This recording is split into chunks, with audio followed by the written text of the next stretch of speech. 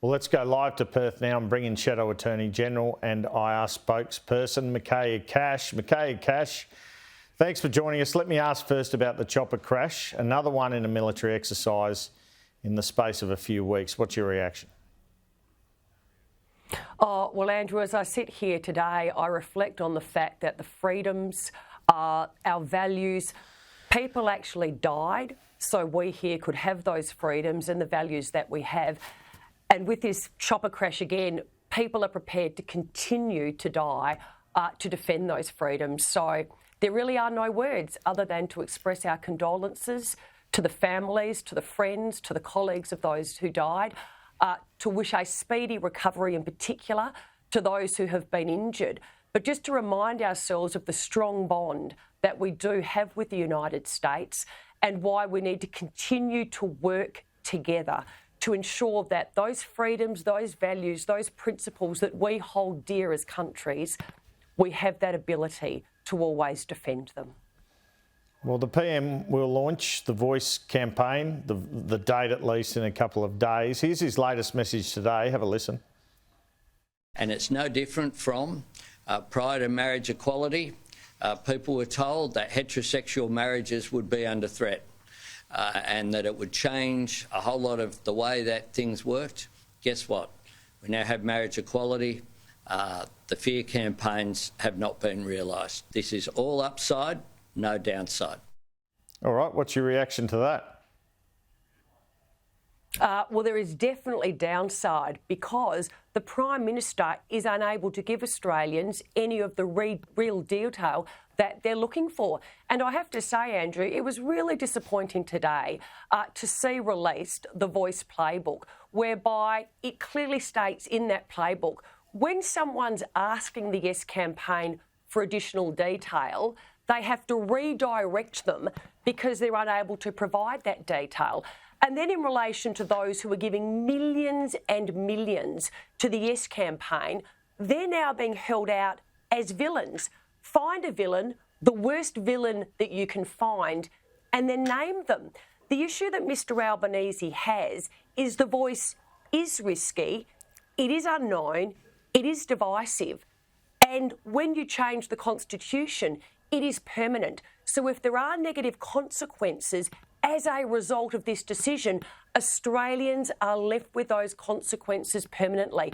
It is Mr Albanese's lack of detail that is going to be the undoing. You're talking about this story in The Australian, of course. I was about to ask you about it. It's a document drawn up by Yes campaign volunteers. They're saying it's not official, which talks about casting villains such as mining billionaires to voters. So they say it's not an official document. What do you say about that?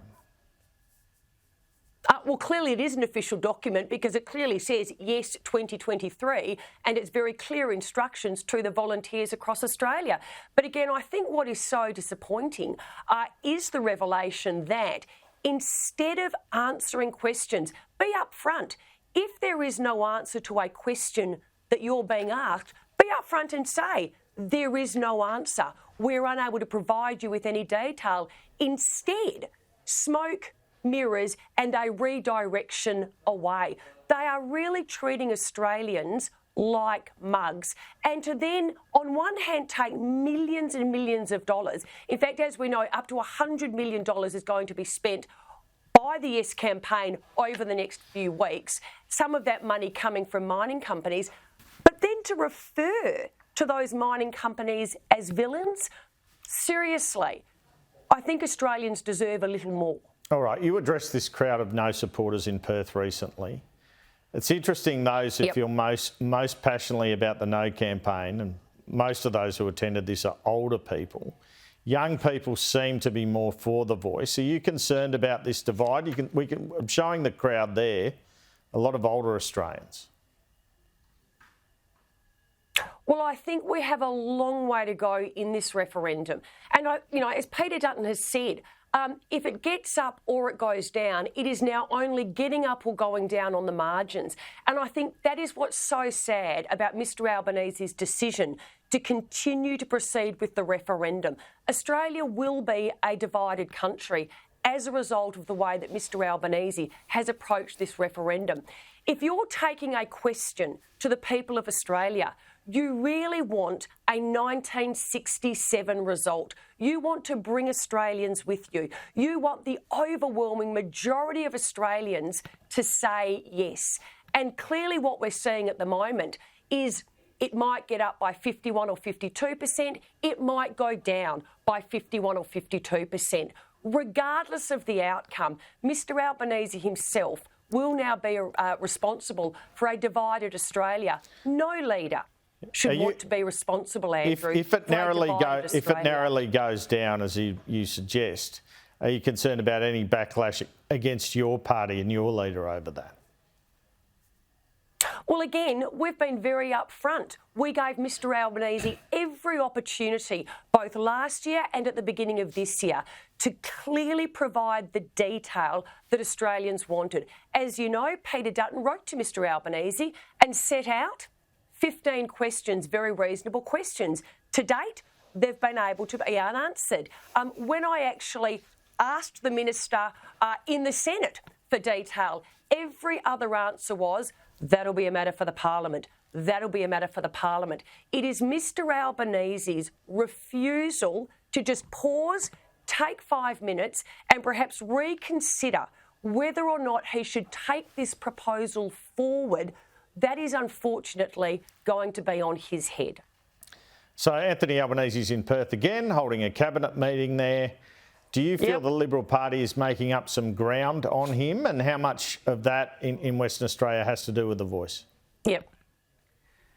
Well, again, Mr Albanese, I saw both in his press conference yesterday up north and his press conference in Perth today, he is obsessed with the number of times he's been to Western Australia. And I say to Mr Albanese, quite frankly, it's not the number of times you've been to our great state.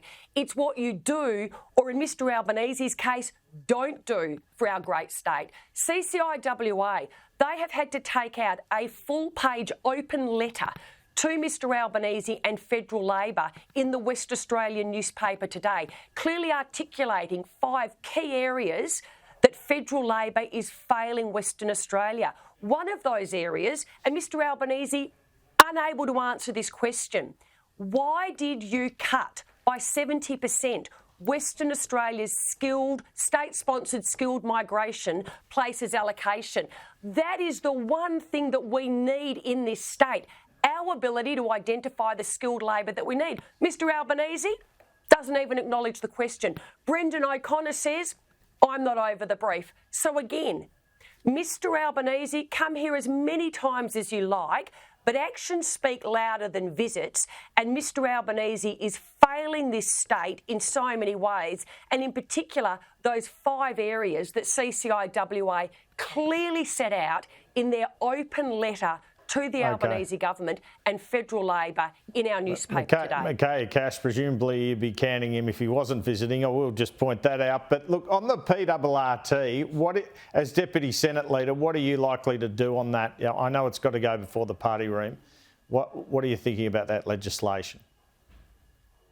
Well, again, Peter Dutton's made it very, very clear. We are prepared to sit down and negotiate. However, in relation to those negotiations, there has got to be some give, and in particular in relation to environmental approvals. Peter's made it very, very clear. And in fact, Andrew, that is actually one of the key areas that CCIWA have highlighted. Environmental approvals are slowing down. When they slow down in a state like Western Australia, you don't get projects up. When you don't get projects up, you don't create jobs and you don't create more productivity for not just our state, but our nation. So Peter's been clear. We are prepared to sit down and negotiate.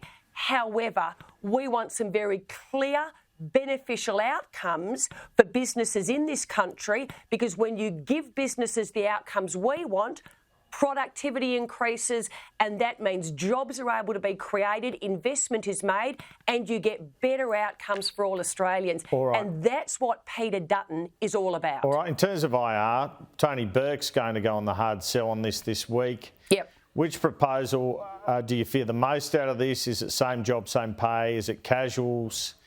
And do you think the Greens, Lydia Thorpe and David Pocock will just wave it through the Senate, the IR reforms? Well, again, I'd say to Tony Burke and Labor, listen to the business community, listen to the front page of The Australian today, respond to the letter that the business community have written to you, Tony. They have been part of, and Andrew, you know better than anybody because you got the exclusive, the behind closed doors negotiations. They haven't been able to talk about what's in the IR legislation, but what we now know from the letter that has been received is that it's worse than they could think.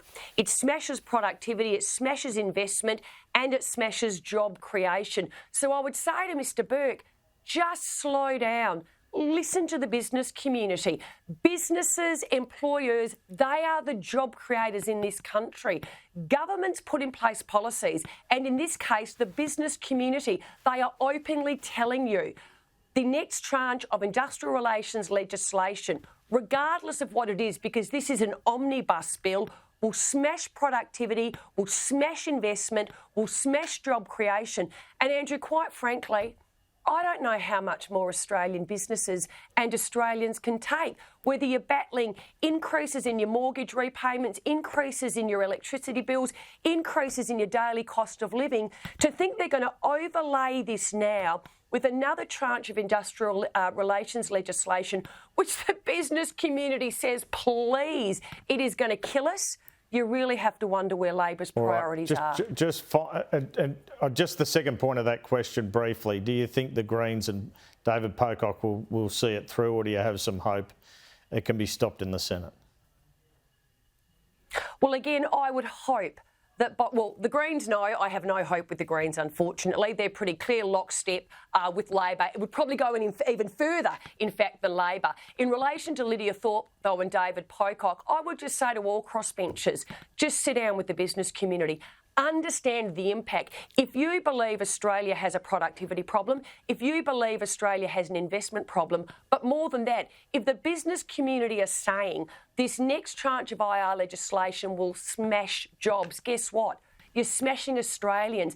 And more than anything now, Australians need jobs. All right. Because without a job, quite frankly, I don't know what they're going to do. Well, there's plenty of jobs around at the moment, I might point out. But just finally, we've got Alan Joyce in front of a Victorian Parliamentary Committee on Cost of Living this afternoon. Yep. Have you got a view on Qantas's profits, its prices at the moment, and its bid, seemingly backed by the PM, to keep Qatar Airways from operating more flights in Australia? Well, I do. It's absolutely unfair. And Alan Joyce himself acknowledges he lobbied against Qatar being able to bring in the additional flights. The government's been all over the place in relation to why it made this decision, from human rights to keeping planes out of the sky. That's a bizarre one. But I have to say, Stephen Jones himself at least told the truth. We made the decision to keep Qantas profitable. Well, guess what you did? But not only that, for a government that talks tough on competition laws and tackling duopolies and monopolies, Stephen Jones himself, Andrew, said this, but Qantas was a special case. The only people who lose out here are Australians who are screaming for cheaper airfares, but also tourism and hospitality, because guess what? Those 21 additional flights would have brought in thousands of additional people, tourists, every year, about $500 million worth of additional economic activity per year. Labor has now said no to. But at least Stephen Jones was honest. They backed in Qantas. Qantas are a special case, and they wanted to keep the airline profitable, but at a cost to all Australians. Senator Michaelia Cash, Shadow Attorney General, thanks so much for your time this afternoon.